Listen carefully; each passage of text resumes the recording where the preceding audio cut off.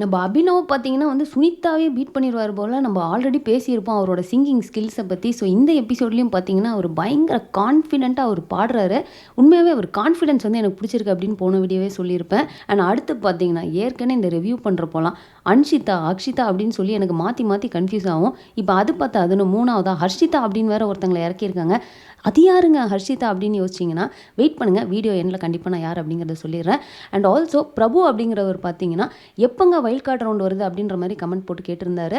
So இன்றைக்கி எபிசோடில் தான் பார்த்தீங்கன்னா வைல்ட் கார்டு ரவுண்டு வந்திருக்கு. அண்ட் அந்த 3 பேரும் கண்டெஸ்ட் பண்ணி அதில் ஒருத்தரை வந்து சூஸ் பண்ணியிருக்காங்க. ஸோ இது எல்லாம் என்ன அப்படின்னு தெரியணும்னா இந்த வீடியோ நீங்கள் ஃபுல்லாக பார்க்கணும். ஸோ வாங்க இன்றைக்கி என்ன நடந்துச்சு அப்படின்றத நம்ம ஸ்டார்டிங்லேருந்தே பார்த்துருவோம். ஸோ இன்றைக்கி பார்த்தீங்கன்னா நம்ம சில்வர் ஜோன் முடிச்சுட்டு இப்போ அடுத்து நம்ம வந்து கோல்டு ஜோனுக்குள்ளார என்டர் பண்ணியிருக்கிறோம். இந்த பர்டிகுலர் ரவுண்ட் என்ன அப்படின்னு கேட்டிங்கன்னா டூயட் ஃப்ரீ ஸ்டைல் ரவுண்ட் அப்படின்னு சொல்கிறாங்க. நம்ம ரம்பா மேம் பார்த்தீங்கன்னா ரொம்ப க்யூட்டாக ரொமான்டிக்காக கண்ணோட கண் கையோட கை அப்படின்லாம் வந்து ரொம்ப ஃபீல் பண்ணி இதெல்லாம் எங்களுக்கு தேவை அப்படின்னு சொல்லியிருக்காங்க. அண்ட் ஸ்ரீதேவி மேம் பார்த்தீங்கன்னா ரொம்ப ரொம்ப முக்கியமான விஷயம் லிப்சிங்க் இருக்கணும், அதை நாங்கள் வந்து கண்டிப்பாக இந்த இதில் பார்க்க போகிறோம் அப்படின்றதையும் சொல்லியிருக்கிறாங்க. நம்ம ஏஞ்சலின் பார்த்தீங்கன்னா ரம்பா மேமையும் சரி ஸ்ரீதேவி மேமையும் சரி பார்த்தோன்னா நல்லா இருக்கீங்க சூப்பராக இருக்கீங்க அப்படின்னு அவங்களும் ரிட்டர்னில் ஏஞ்சல் நீங்கள் ரொம்ப அழகாக இருக்கீங்க அப்படின்றத சொல்லியிருப்பாங்க. ஸோ அது நம்ம ரியோக்கு பொறுக்கலே என்னன்னு தெரியல. அவர் இவங்களுக்குள்ள சண்டை மூட்டி விடுற மாதிரி நிறைய விஷயங்களை பண்ணி ஃபன் பண்ணிட்டு இருப்பாரு. ஆனால் நம்ம ரம்பா மேம் தான் பயங்கர இன்டெலிஜென்ட் ஆச்சே, கரெக்டாக சொல்லுவாங்க ஸ்ரீதேவி மேம்கிட்ட, நீங்கள் அப்படியெல்லாம் கன்ஃபியூஸ் ஆகாதீங்க, உங்கள் ரைட் சைட் பாருங்கள், அவருக்கு வந்து பயங்கர ஜெல்லசி, இதெல்லாம் அவர் பண்ணுற வேலை தான் அப்படின்ற மாதிரி ஒரு அளவுக்கு ஃபன்னாக வந்து எபிசோட ஸ்டார்ட் பண்ணியிருப்பாங்க. இந்த வாரம் டாப் ஜோடி யார் வாங்குறாங்களோ அந்த பர்டிகுலர் கொரியோகிராஃபருக்கு தான் பார்த்தீங்கன்னா இம்யூனிட்டி ஷீல்டு போக போகுது அப்படிங்கிறதையும் சொல்கிறாங்கங்க. ஸோ ஃபஸ்ட்டு பர்ஃபார்மன்ஸ் யார் பண்ண வராங்க அப்படின்னு பார்த்தீங்கன்னா அனன்யா அண்ட் கௌரி சங்கர் தான். உன்னை அழைக்குது கண் அப்படின்னு சொல்லிட்டு இவங்க ரெட்ரோ ஸ்டைலில் வந்து ஸ்டார்ட் பண்ணுறாங்க. அந்த காஸ்டியூமும் சரி, அதுவும் நம்ம கௌரி சங்கரோட கெட்டப் பார்த்தீங்கன்னா மீசையெல்லாம் வச்சுட்டு வந்திருப்பாரு. அண்ட் அந்த ஸ்டேஜ் அந்த பேக் ட்ராப் அந்த பின்னாடி ஓடுற வீடியோ அந்த டிஸ்கோ பால் அப்படின்னு சொல்லிட்டு பார்க்கறதுக்கே வந்து ஒரு விஷுவல் ட்ரீட் அப்படியே நம்மளை வந்து அந்த பீரியடு கொண்டு போயிட்டு வந்த மாதிரி தான் இருந்தது. ஸோ கடைசியாக கொரியோகிராஃபரையும் வந்து என்னங்க டூயட் ரவுண்ட் அப்படின்னா உங்களுக்கு எப்படி திடீர்னு இந்த மாதிரி ரெட்ரோ ஸ்டைல்லாம் பண்ணணும்னு தோணுச்சு அப்படின்னு கேட்குறப்போ, இல்லைங்க இந்த பாட்டில் வர ஹீரோயினும் அனன்யாவும் கொஞ்சம் சிமிலர் ஃபேஸ் கட் இருக்க மாதிரி எனக்கு ஃபீல் ஆச்சு. ஸோ அதனால தான் நான் இந்த மாதிரி பண்ணலாம் அப்படின்னு யோசிச்சேன் அப்படின்ற மாதிரி சொல்லியிருப்பாரு. ஸோ இவங்க பார்த்தீங்கன்னா எப்பவும் போலங்க ரொம்ப நீட்டாக வந்து ஆடி இருப்பாங்க. அண்ட் இவங்க பண்ண ஃப்ளிப்ஸில் வந்து எனக்கு ரொம்ப பிடிச்சது என்னென்னா ஜிம்போவில் வச்சு கௌரி சங்கர் ஒரு மாதிரி ஃப்ளிப் பண்ணியிருப்பாருங்க. அது ரொம்ப டிஃப்ரெண்ட்டாக யூனிக்காக இருந்தது, பார்க்கறதுக்கே சூப்பராக இருந்தது.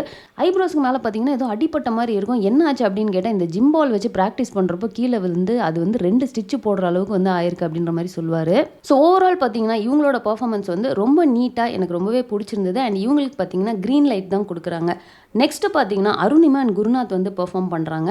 உன்னாலே என் ஜீவன் அந்த பாட்டுக்கு வந்து எடுத்து பெர்ஃபார்ம் பண்ணுறாங்க. எடுத்தோன்னு பார்த்தீங்கன்னா செம்ம ஸ்பீடாக போகுது பர்ஃபார்மன்ஸ். எனக்கே ஒரு செகண்ட் டவுட் ஆயிடுச்சு, என்னடா நம்ம ஏது தெரியாமல் 2x ஸ்பீடில் ப்ளே பண்ணிட்டோமா அப்படின்ற மாதிரி. கலகலன்னு போது டக்குன்னு முடிஞ்சிருச்சு பாட்டு அப்படின்றப்போ குழப்பத்தில் இருந்தேன். அதே குழப்பம் தான் ஜட்ஜஸ்க்கும் இருந்தது.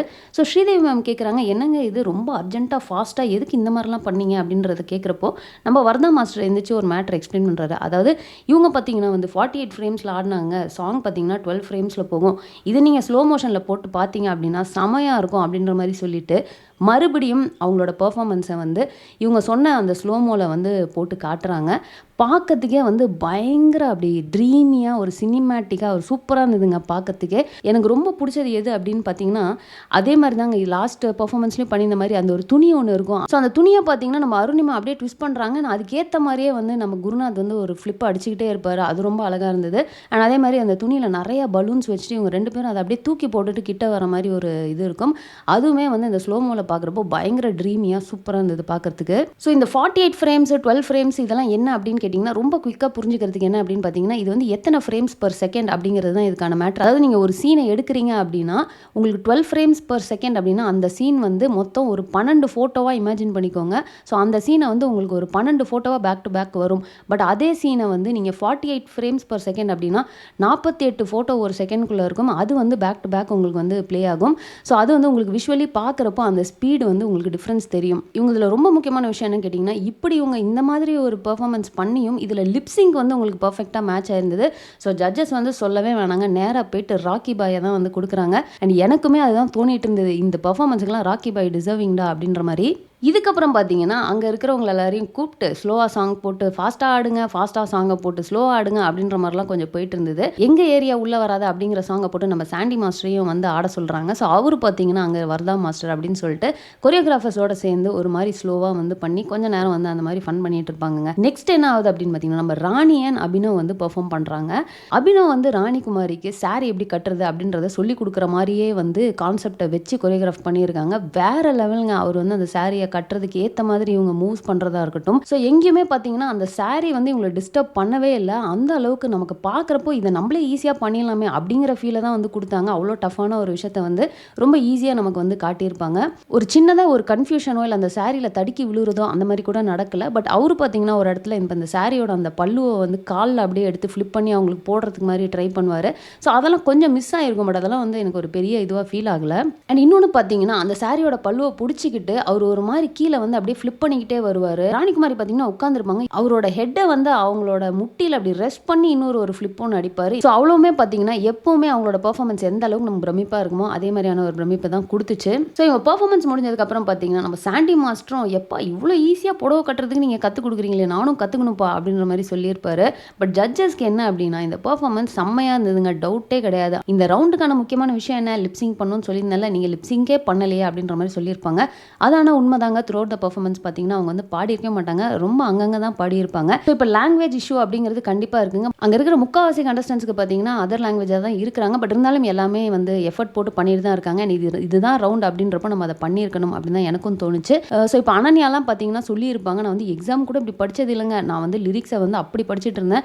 பாட்டை எந்நேரமும் கேட்டுட்டே இருந்தேன் அப்படின்ற மாதிரி அவங்க வந்து எஃபர்ட் போட்டிருப்பாங்க. அண்ட் நம்ம ஸ்ரீதேவி மேம் பார்த்தீங்கன்னா, ராணிகுமாரி கிட்ட நீங்க வந்து பெர்ஃபார்ம் பண்ணதெல்லாம் சூப்பரா இருக்குதுங்க. பட் இந்த பர்டிகுலர் சாங்ஸுக்கு வந்து நீங்க இன்னும் கொஞ்சம் சாஃப்ட்டா அந்த ஒரு ஷைனஸ் அதெல்லாம் வந்து இருந்தா இன்னும் நல்லாயிருக்கும் அப்படின்ற மாதிரி அவங்க சொல்றாங்க. ஸோ ஃபைனலா பார்த்தீங்கன்னா, இவங்க கமெண்ட்ஸ்லாம் கேட்டு நான் கூட ஒரு செகண்ட் யோசிச்சிட்டேன். ஒருவேளை எல்லோ குடுத்துருவாங்களோ அப்படின்ட்டு. அப்படிலாம் இல்லைங்க. அவங்க என்ன சொல்றாங்கன்னா, நீங்க மட்டும் லிப் சிங்க் பண்ணியிருந்தீங்கன்னா, உங்களுக்கு கண்டிப்பா ராக்கி பாய் தான் நாங்க குடுத்துருப்போம். ஸோ அதனால அவங்களுக்கு வந்து கிரீன் லைட் குடுத்துடுறாங்க. ஸோ இதுக்கப்புறம் நம்ம ரியோ என்ன பண்றாருன்னா, நம்ம அபினவ்ட்ட நீங்க லிப் சிங்க் பண்ணவே இல்லைல்ல, இப்போ நீங்க என்ன பிராக்டிஸ் பண்ணீங்களோ எனக்கு இப்போ பாடி காட்டுங்க அப்படின்ற மாதிரி சொல்றாரு. நம்ம அபினவ் கொஞ்சம் கூட யோசிக்காம இருந்தோம், நான் பாடுறேன், நீங்க எல்லாம் எனக்கு சப்போர்ட் பண்ணுங்க அப்படின்ற மாதிரி அவர் பாட்டு பாட ஆரம்பிப்பாருங்க. வேற லெவலில் பாடுவார். தப்பு தப்பா லிரிக்ஸை போட்டு பாடுவார். அதுவும் பொம்பளை உசுறு போக போக நார அப்படின்னுவாரு. அதில் ஸ்ரீதேவி மேம்லாம் எந்திரிச்சு விழுந்து விழுந்து சிரிக்க ஆரம்பிச்சிட்டாங்க. ஸோ இந்த காமெடி பத்தாது அப்படின்னு சொல்லிட்டு ராணிகுமாரியை பாட சொல்கிறப்போ நம்ம அபினவ் பார்த்தீங்கன்னா, ராணி நீங்கள் பயப்படாதீங்க, ஐ வில் சப்போர்ட் யூ, நீங்கள் பாடுங்க அப்படின்ற மாதிரி சொல்லுவாங்க. சே இவரோட கான்ஃபிடன்ஸ் எப்படி இருக்கு பாரு அப்படின்ற மாதிரி தான் நான் யோசிச்சுட்டு இருந்தேன். அண்ட் லாஸ்ட்டாக பார்த்தீங்கன்னா, நம்ம சுனில் மாஸ்டரையும் விட்டு வைக்கலங்க. அவரையும் கூப்பிட்டு பாடுங்க அப்படின்ற மாதிரி சொல்லுவாங்க. அண்ட் ரியோ சொல்லுவார், நான் கண்டுபிடிச்சிட்டேங்க ஏன் இவங்கெல்லாம் பாடலன்னு, ஏன்னா மாஸ்டருக்கே லிரிக்ஸ் தெரியல அப்படின்ற மாதிரி வந்து கொஞ்ச நேரம் ஃபன் பண்ணிட்டு இருப்பாங்க. வைல்ட் கார்டு என்ட்ரிஸ்லாம் உள்ள வராங்க அப்படின்ற மாதிரி சொல்றாங்க. யாரெல்லாம் இதுக்கு முன்னாடி என்கவுண்டர் ஆயிருந்தாங்க அப்படின்னு பார்த்தீங்கன்னா, பாஸ்கர் காவியா, சாண்டி சுந்தர், அன்ஷிதா, அப்புறம் மணிகண்டன், ஜாஸ்மின்ங்க.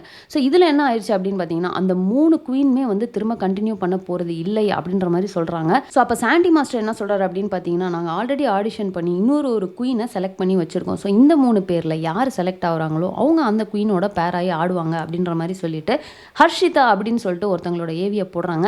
அவங்களும் சாதாரணமான ஆள்லாம் கிடையாதுங்க. அவங்க வந்து இந்தியாவை ரெப்ரசென்ட் பண்ணி நிறைய இடத்துல பெர்ஃபார்ம் பண்ணியிருக்காங்க. Not only national level, international level, அதாவது சவுத் கொரியா, மலேசியா, தாய்லாந்து அப்படின்னு சொல்லி நிறைய இடத்துல பெர்ஃபார்ம் பண்ணி இவங்க வந்து ஒரு கோல்டு மெடலே வாங்கியிருக்காங்க இந்தியாக்காக அப்படின்ற மேட்டரை சொல்கிறாங்க.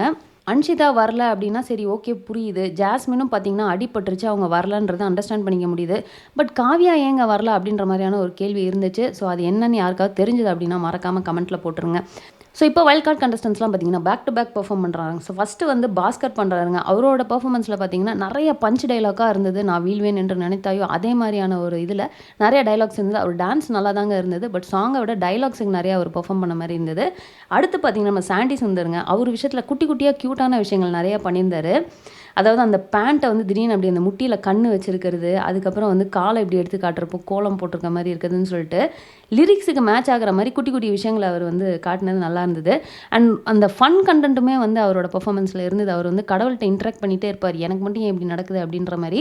அண்ட் கடவுள் கடைசியாக பார்த்தீங்கன்னா, என்ன தான் நான் எல்லாருக்கும் கடவுளாக இருந்தாலும் இந்த பர்ஃபார்மன்ஸில் நீங்கள் ஜட்ஜஸ்ட்டை தான் நீங்கள் எப்படி பண்ணீங்கன்றதை கேட்கணும் அப்படின்னு சொல்லிட்டு அப்படியே நான் ரம்பா மேம் கேட்டேன்னு சொல்லுங்கள் அப்படின்ற மாதிரி ஒரு சின்ன காமெடி. ஸோ ஓவரால் பார்த்தீங்கன்னா ஒரு ஃபன்னாக இருந்ததுன்னு சொல்லலாம். கடைசியாக பார்த்தீங்கன்னா மணிகண்டா அவர் பெர்ஃபார்ம் பண்ணுறாரு. ஸ்டார்டிங்கே கையில் ஆப்பிளோட வராருன்னா பார்த்துக்கங்களேன். அண்ட் அவரோட பெர்ஃபார்மன்ஸும் பார்த்தீங்கன்னா ஒரு மாதிரி காமெடி கலந்த ஸ்கிரிப்ட் ஸ்கிரிப்டாக தாங்க இருந்தது. அந்த ராக்கி பாய் அப்படிங்கிறப்போ இருங் பாய் அப்படின்னு சொல்லிட்டு நிறைய விஷயங்கள் இருக்கும். அண்ட் நம்ம மணிகண்டா சொல்லவே வேணாங்க. அவர் ப்ராக்டிஸே பண்ணாமல் ஆடுறதே வந்து நமக்கு பார்க்கறதுக்கு சூப்பராக இருக்கும். ஸோ அவர் ப்ராக்டிஸ் வேறு பண்ணிட்டு வந்து ஆடி இருக்காரு. ஸோ எனக்கு அப்போவே ஒரு ஃபீலிங் வந்துருச்சு, கண்டிப்பாக மணிகண்டாவை தான் வந்து செலக்ட் பண்ணுவாங்கன்னு. அதே மாதிரி இவங்க 3 பேரும் ஆடி முடிச்சதுக்கப்புறம் பார்த்தீங்கன்னா மணிகண்டாவுக்கு தான் வந்து அந்த க்ரௌனை கொடுக்குறாங்க. ஸோ வைல்ட் கார்ட்லேருந்து அவரை வந்து திரும்ப உள்ளே இழுத்து போட்டுடுறாங்க. ஸோ இப்போ பார்த்தீங்கன்னா மணிகண்டா அண்ட் ஹர்ஷிதா, ஸோ இவங்க தான் வந்து ஒரு ஜோடியாக சேர்ந்து இதில் வந்து பெர்ஃபார்மன்ஸாக கண்டினியூ பண்ண போகிறாங்க. ஸோ அவ்வளோதாங்க, இந்த எபிசோடில் நடந்த எல்லா விஷயங்களும் நம்ம பார்த்துட்டோம். ஸோ நீங்கள் இந்த வைல்ட் கார்டு 3 பேரில் யாரை வந்து நீங்கள் செலக்ட் பண்ணியிருக்கணும்னு நினைக்கிறீங்க அப்படின்றத கமெண்ட்டில் போடுங்க. அதில் ஏதாவது ஒரு பெர்ஃபார்மன்ஸ்க்கு இல்லைங்க இது எல்லோ லைட் கொடுக்கணும், அந்தளவுக்கு நல்லா பண்ணலையே அப்படின்னு உங்களுக்கு தோணுச்சுன்னா அதையும் கமெண்ட்டில் போடுங்க. அண்ட் இந்த ராணி அண்ட் அபினவுக்கு பார்த்தீங்கன்னா லிப்சிங் பண்ணலை அப்படிங்கிறதுக்காக வந்து அவங்களுக்கு வந்து ராக்கி பாய் கிடையாதுன்னு சொல்லிட்டாங்க இல்லையா? ஸோ அதை நீங்கள் ஒத்துக்கிறீங்களா இல்லையா அப்படின்றதையும் கமெண்ட்டில் போடுங்க. ஸோ அவ்வளோதான், இந்த வீடியோ நான் இதோட முடிச்சுக்கிறேன். இந்த வீடியோ உங்களுக்கு பிடிச்சிருந்தா லைக் பண்ணுங்கள், உங்கள் ஃப்ரெண்ட்ஸ் எல்லாத்தையுமே ஷேர் பண்ணுங்கள், மறக்காம சேனலை சப்ஸ்கிரைப் பண்ணி என்ன சப்போர்ட் பண்ணுங்கள். நெக்ஸ்ட் வீடியோவில் உங்களை மீட் பண்ணுறேன். தேங்க்ஸ் ஃபார் வாட்சிங். Bye by.